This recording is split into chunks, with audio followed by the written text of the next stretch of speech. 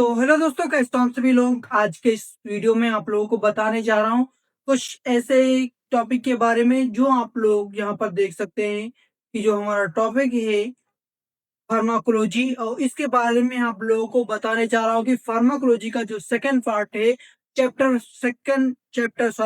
First का जो second part है वो बहुत ही इम्पोर्टेंट है और इसको पढ़ना आपके लिए बहुत ही जरूरी है, क्योंकि इसमें से आप लोगों को फाइनल एग्जाम में और बहुत ही ज़्यादा क्वेश्चन पूछे जाते हैं। अब क्वेश्चनली आप यहाँ से 6 प्लस 10 नंबर तो आप क्वेश्चनली यहाँ से रखे रखे मिलेंगे सिर्फ इस टॉपिक को पढ़ने के बाद।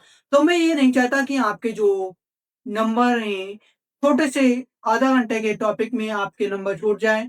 तो इस टॉपिक को पूरा रिपीट करिए और यह क्वेश्चनली हिंदी टू इंग्लिश मिक्स करके आप लोगों को पढ़ाऊंगा। यहाँ पर देख लीजिए फार्माकोलॉजी और कौन कौन से इसमें टॉपिक के बारे में पढ़ेंगे। तो यहाँ पर देख लीजिए कौन कौन से इसमें टॉपिक हैं कि drug absorption, bioavailability, drug distribution and transformation of drug, यानी कि हमारे बॉडी के अंदर जो बायो ट्रांसमिशन है तो कितने परसेंट हो जाता है। बायोअवेलेबिलिटी बायोअवेलेबिलिटी यानी कि जो हमारी ड्रग है वो कितने परसेंट ओरल से लेने पर वो हमारे ब्लड में कितने परसेंट पहुंचेगी और आईवी के थ्रू लेने पर कितने परसेंट पहुंचेगी। तो ड्रग डिस्ट्रीब्यूशन यानी कि जो ड्रग का डिस्ट्रीब्यूशन होता है वो कितनी देर में कैसे कैसे होता है, इसके बारे में हम डिस्कस करेंगे। और ड्रग एब्जॉर्प्शन है वो कैसे होता है, तो इस चीज के बारे में हम डिस्कस करने वाले हैं। तो बिना समय बर्बाद किए हम अपने टॉपिक पर चलते हैं। यहाँ पर देख लीजिए जो हमारा टॉपिक में है कि ड्रग एब्जॉर्प्शन क्या होता है।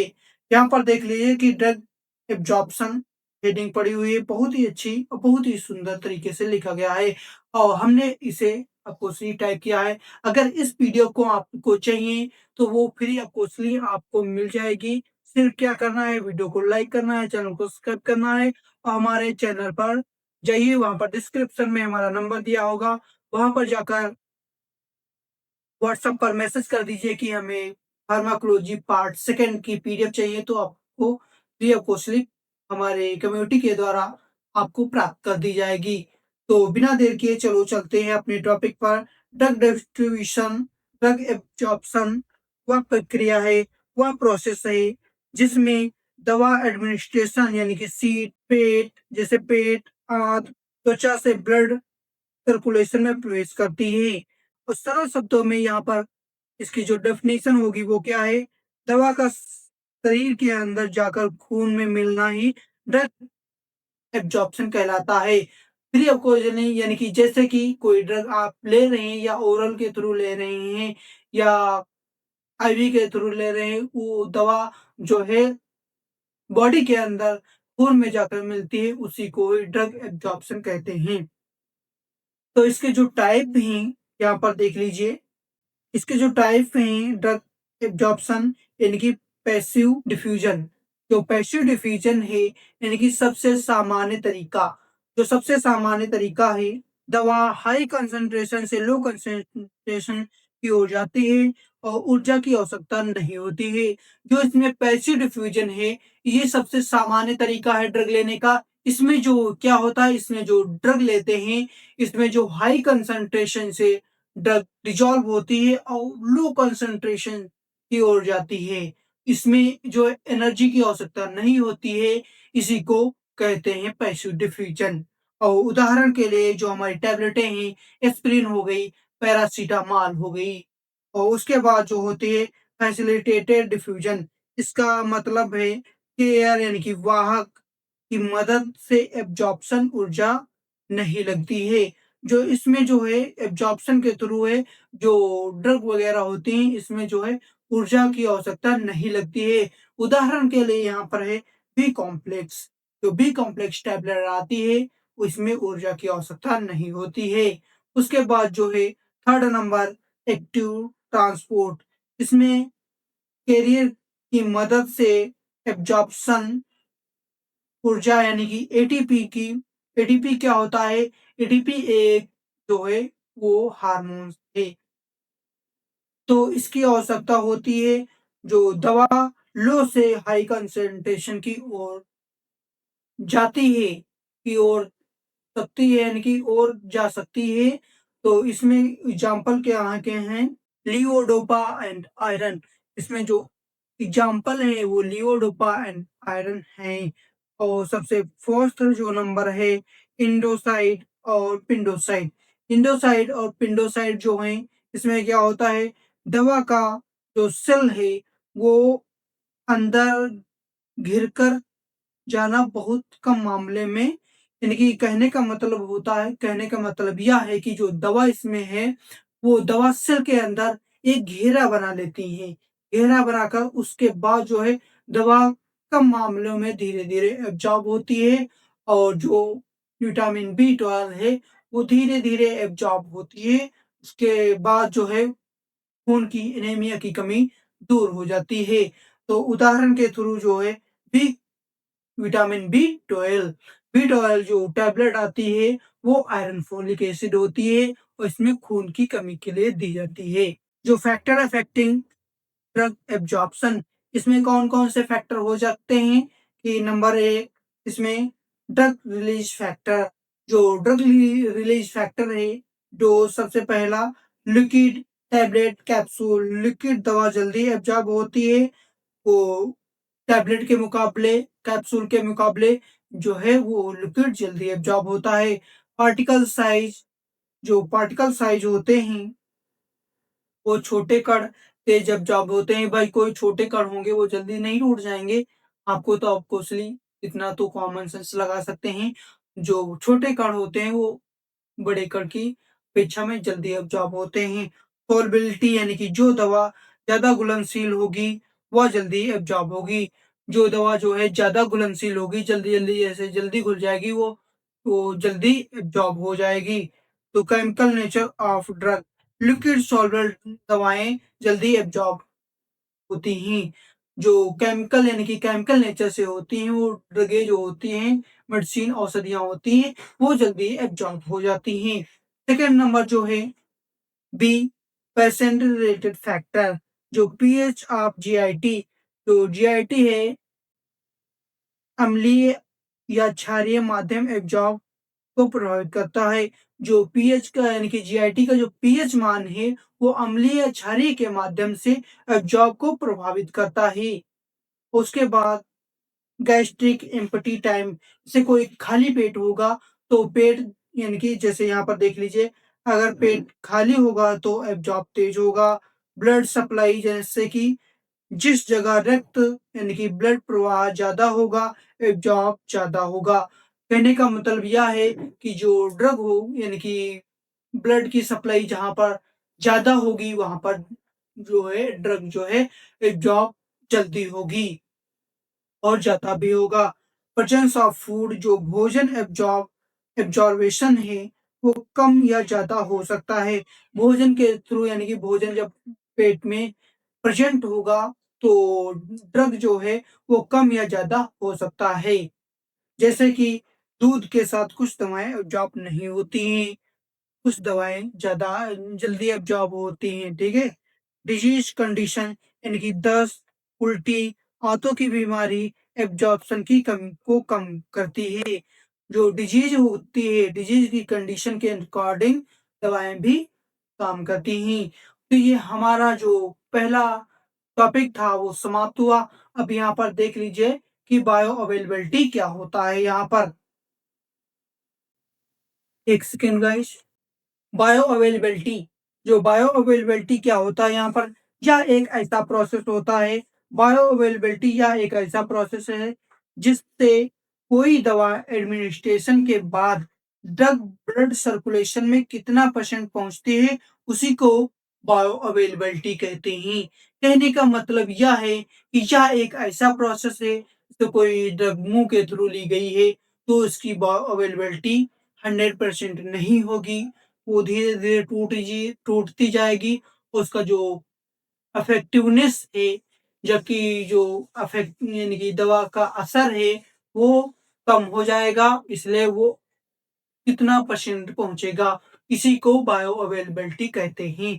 इसको सरल शब्दों में इसकी डेफिनेशन क्या है कि दी गई दवा का कितना परसेंट ड्रग ब्लड में पहुंची, उसी को ही बायो अवेलेबिलिटी कहते हैं कि ब्लड में कितना परसेंट दवा पहुंची ब्लड सर्कुलेशन में, उसी को बायो अवेलेबिलिटी कहते हैं। तो factor affecting of bio availability यानी कि इसके क्या क्या फैक्टर्स हैं बायो अवेलेबिलिटी के। रूट ऑफ एडमिनिस्ट्रेशन की किस रूट से यानी कि दवा जो है ड्रग वो ली जा रही है, उसके अकॉर्डिंग उसकी बायो अवेलेबिलिटी होगी। तो आईवी रूट यानी कि 100% बायो अवेलेबिलिटी होगी। जो डायरेक्टली नस में इंजेक्शन दिया जाता है तो उसकी जो बायो अवेलेबिलिटी होगी 100% होगी, क्योंकि वो डायरेक्टली कहीं और कहीं थोड़ी ना जा रहा है, डायरेक्टली जो है आईवी यानी कि ब्लड में ही जा रहा है, तो उसकी बायोअवेलेबिलिटी 100% होती है। और ओरल रूट से कम बायोअवेलेबिलिटी होती है, मिनिमम 60 से 70% होती है।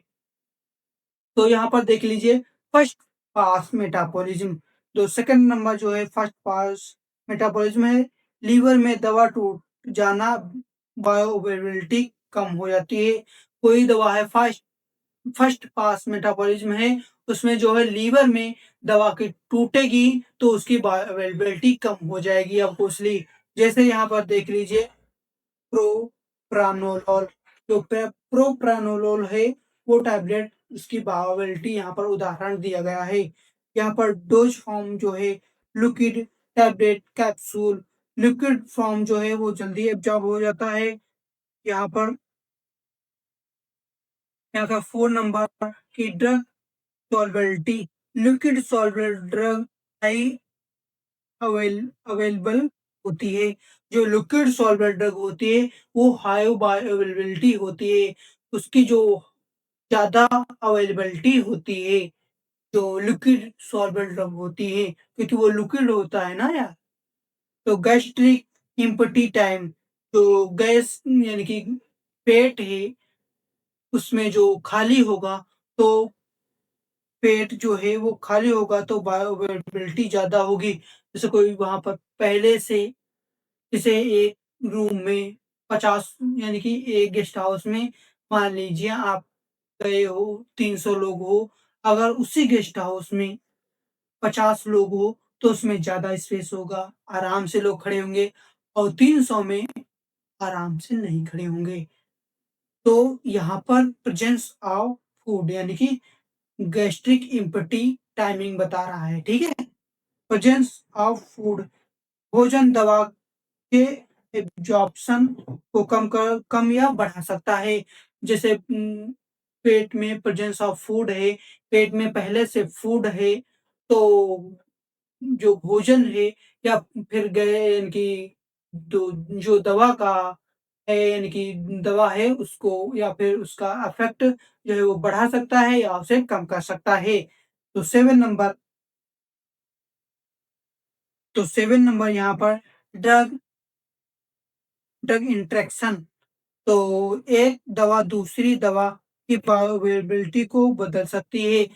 जैसे कोई दवा है तो एक साथ लेने पर वो दवा का है जो बायोअवेलेबिलिटी है या फिर बढ़ सकती है या फिर कम हो सकती है एक साथ दवा का लेने पर। यहाँ पर देख लीजिए ड्रग डिस्ट्रीब्यूशन। ड्रग डिस्ट्रीब्यूशन क्या होता है? ड्रग डिस्ट्रीब्यूशन वह प्रोसेस है जिसमें दवा रक्त से शरीर के विभिन्न भागों यानी कि ऊतक यानी कि टिश्यू और कोशिकाओं यानी कि सेल्स तक पहुंचती है, उसी को ही ड्रग डिस्ट्रीब्यूशन कहते हैं। कहने का मतलब यह है कि ड्रग डिस्ट्रीब्यूशन यह एक ऐसा प्रोसेस है जिसमें जो है ड्रग यानी कि ड्रग शरीर में यानी कि ब्लड में बॉडी के विभिन्न ऑर्गन्स, टिश्यू के सेल्स तक पहुंचती है, उसी को ही ड्रग डिस्ट्रीब्यूशन कहते हैं। तो सरल शब्दों में इसे क्या कहेंगे? ब्लड से ड्रग। नंबर 3, बॉडी फैट, मोटे व्यक्तियों में लिपिड सॉल्युबल ड्रग जमा हो जाती हैं। एज यानी कि 4 नंबर, जो बच्चों और बुजुर्गों में डिस्ट्रीब्यूशन अलग अलग होता है। जो बच्चों में डिस्ट्रीब्यूशन होता है ड्रग का वो अलग होता है, और बुजुर्गों में जो डिस्ट्रीब्यूशन होगा वो अलग होगा। 5 नंबर जो डिजीज कंडीशन, लीवर और किडनी रोग यानी कि इनके है। किडनी लीवर और किडनी से जो पेशेंट लीवर और किडनी से जो पेशेंट पहले से प्रभावित हैं, वो प्रभावित हो सकते हैं। इसमें क्या होगा कि डिस्ट्रीब्यूशन वो अधिक प्रभावित करते हैं, उसमें कम होगा, इतना जल्दी प्रभावित नहीं कर पाएँगे, तो इसी को यानी कि लीवर अच्छी तरीके से काम नहीं कर पाएगा, किडनी अच्छी तरीके से डिस्ट्रीब्यूशन नहीं कर पाएगी, तो इसी का कारण है किडनी यानी कि डिजीज़ ऑफ कंडीशन, किस तरीके से आपके किडनी में समस्या है। तो ब्लड ब्रेन बैरियर, बीबी जिसे कहते हैं बीबीबी, बीबी घर वाली बीबी नहीं, यहाँ पर ब्लड ब्रेन बैरियर, केवल लिपिड सॉल्युबल दवाएं ही ब्रेन में प्रवेश कर पाती हैं। जो लिपिड सॉल्युबल ड्रग होती हैं, सॉल्युबल दवाएं होती हैं, वो ही ब्रेन में प्रवेश कर पाती हैं। उसके बाद जो थर्ड नंबर उसके बाद जो बायो ट्रांसफॉर्मेशन ऑफ ड्रग है, तो उसके बारे में डिस्कस कर लेते हैं कि बायो ट्रांसफॉर्मेशन क्या होता है, के बारे में हम डिस्कस कर लें। और जो बायो ट्रांसफॉर्मेशन यह एक ऐसा प्रोसेस है जिसमें दवा शरीर के में एंजाइम्स यानी कि मुख्यतः लीवर की सहायता से रासायनिक रूप से बदलकर अधिक वाटर सॉल्युबल बना दी जाती है ताकि उसे शरीर से बाहर निकाला जा सके। कहने का मतलब यह है कि जो बायो ट्रांसफॉर्मेशन यह एक ऐसा प्रोसेस है जिसमें बॉडी के कुछ ऐसे एंजाइम्स हैं यानी कि लीवर में जो केमिकल यानी कि जिसकी सहायता से जो रासायनिक रूप में दवाइयाँ होती हैं, उनको वाटर में बदलना ही बदलता है यानी कि लीवर बदल देता है और वो बॉडी से बाहर निकल जाए, उसी को ही बायो ट्रांसफॉर्मेशन कहते हैं। अब समझ में आ गया होगा, तो इसको सरल शब्दों में क्या कहेंगे कि दवा का शरीर है, शरीर में टूट कर बदल जाना ही बायो ट्रांसफॉर्मेशन कहलाता है। जैसे कि दवा जो है ड्रग है, शरीर में टूट कर बदल जाना ही बायो ट्रांसफॉर्मेशन कहलाता है। ये 1 नंबर में आप लिख सकते हैं। तो इसके type of bio transformation reaction, इसके कौन-कौन से टाइप हैं? तो ये मुख्यतः 2 प्रकार का, इसमें जो 2 चरण होते हैं यानी कि 2 फेज होते हैं। जो सबसे पहला फेज यानी कि फेज 1 रिएक्शन, इसमें क्या होता है यह प्रकट किया जाता है। जो इसमें जो है फंक्शनल ग्रुप नया ऐड किया जाता है, नया जोड़ा जाता है, प्रकट किया जाता है और इसको ऑक्सीडेशन सबसे ज़्यादा सामान्य CYP 450 एंजाइम्स द्वारा किया जाता है। इसमें पैरासिटामॉल, डायज़ेपाम का है। ठीक है? रिडक्शन नंबर 2, रिडक्शन ऑक्सीजन की कमी में होता है। ये रिडक्शन जो होता है वो ऑक्सीजन की कमी में होता है, टिश्यू में जमा हो जाती हैं। कुछ जो दवाएं हैं, सम ड्रग्स हैं, वो टिश्यू में बाइंड हो जाती हैं यानी कि जमा हो जाती हैं। एग्जाम्पल के लिए हड्डी में क्लोरेंफिकल जो टैबलेट होती है, वो यहाँ पर उदाहरण दिया गया है। हाइड्रोलाइसिस यानी कि 3 नंबर जो है वो हाइड्रोलाइसिस है। इसमें क्या होता है, इसमें पानी की आवश्यकता से ड्रग का टूटना होता है। इसमें जो है हाइड्रोलाइसिस में क्या होता है, इसमें जो पानी है यानी कि वाटर है, उसकी सहायता से जो ड्रग है वो टूट जाती है। उदाहरण के लिए एस्पिरिन और प्रोकैन, जो प्रोकैन टैबलेट होती है और एस्पिरिन होती है, वो वाटर की सहायता से टूट जाती है, बिखर जाती है।